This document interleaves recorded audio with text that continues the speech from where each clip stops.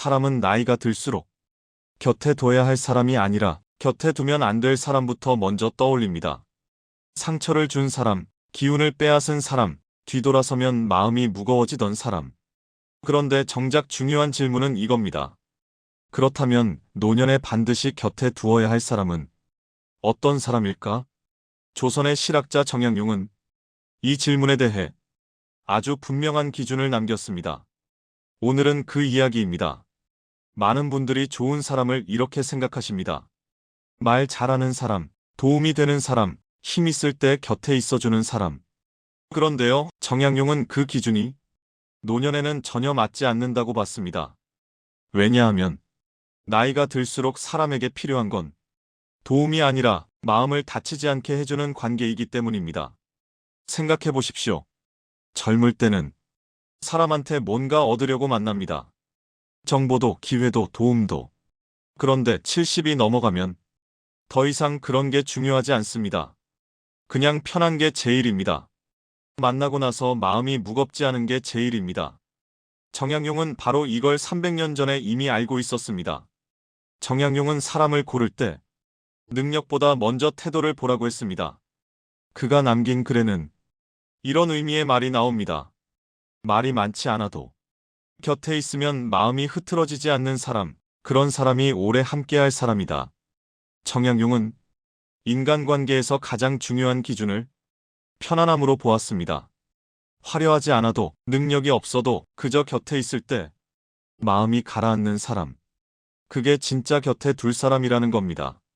그럼 구체적으로 어떤 사람을 곁에 둬야 할까요? 정약용이 말한 세 가지 특징을 지금부터 말씀드리겠습니다. 첫 번째 특징은요, 당신의 말을 줄이지 않는 사람입니다. 나이가 들면 말이 길어진다고들 하지만 사실은 말할 사람이 줄어드는 것에 가깝습니다. 말하다 보면 이런 소리 듣죠. 그 얘기 아까 했잖아. 결론이 뭐야? 빨리 말해. 그래서 어쩌라는 거야? 이런 말 들으면 입이 닫힙니다.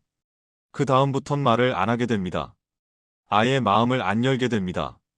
정약용은 말을 잘하는 사람보다 말을 끊지 않는 사람을 귀하게 여겼습니다. 조언하지 않고 결론을 내리지 않고 그저 끝까지 들어주는 사람. 그래서 어떻게 됐어? 그땐 얼마나 힘들었어? 이렇게 물어봐주는 사람 말입니다. 여러분 주변에 이런 사람 있으십니까?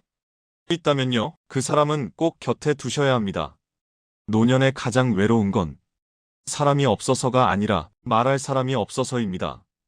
두 번째는 당신의 과거를 들춰 현재를 평가하지 않는 사람입니다. 나이가 들면 누구나 과거에 실수 하나쯤은 있습니다. 잘못된 선택, 후회되는 결정, 돌이키고 싶은 순간. 그런데 어떤 사람들은 그걸 자꾸 들춰냅니다. 그래서 예전에 그랬잖아. 그때 그 선택이 문제였지. 그러니까 지금 이 모양이지. 이런 말 들으면요, 과거가 족쇄가 됩니다. 정약용은 말했습니다.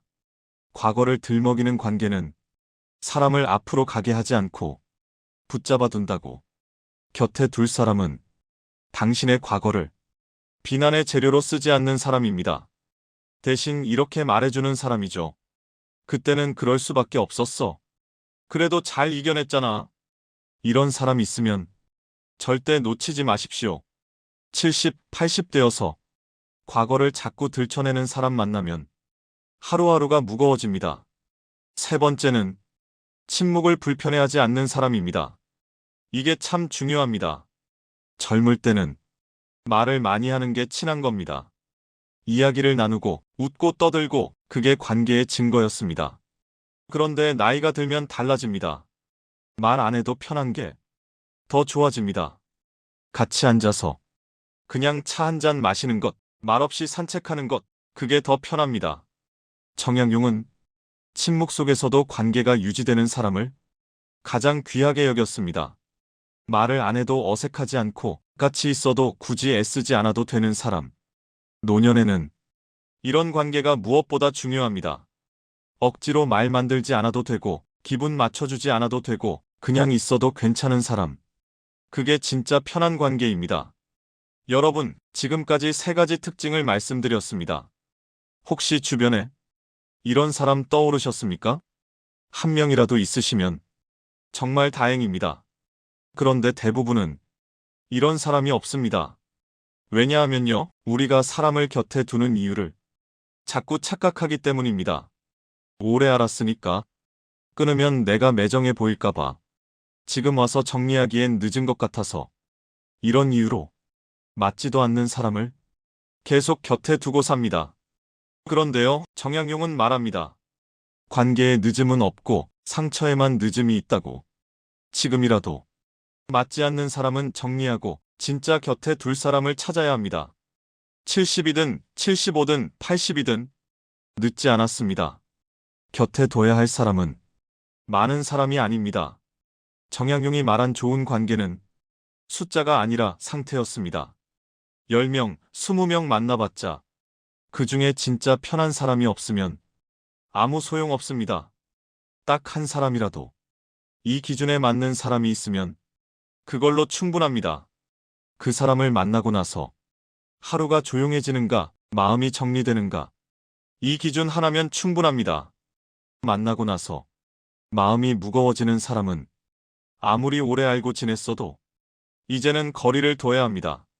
만나고 나서 하루가 가벼워지는 사람은 비록 자주 못 만나도 꼭 곁에 두어야 합니다. 노년의 곁에 둘 사람은 당신을 바꾸려는 사람이 아니라 당신을 그대로 두는 사람입니다.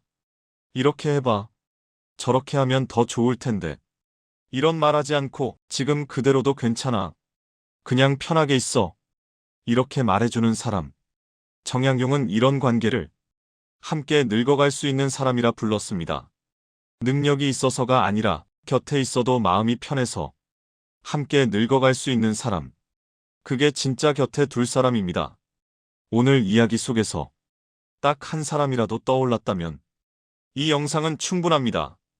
그 사람에게 오늘 한번 연락해 보시는 건 어떨까요? 요즘 어떻게 지내? 이 한마디면 됩니다. 나이가 들수록 사람은 줄어들지만 진짜 사람은 남습니다. 오늘 하루도 마음 편안하게 지내시길 바랍니다. 그럼 다음 이야기에서 다시 뵙겠습니다. 고맙습니다.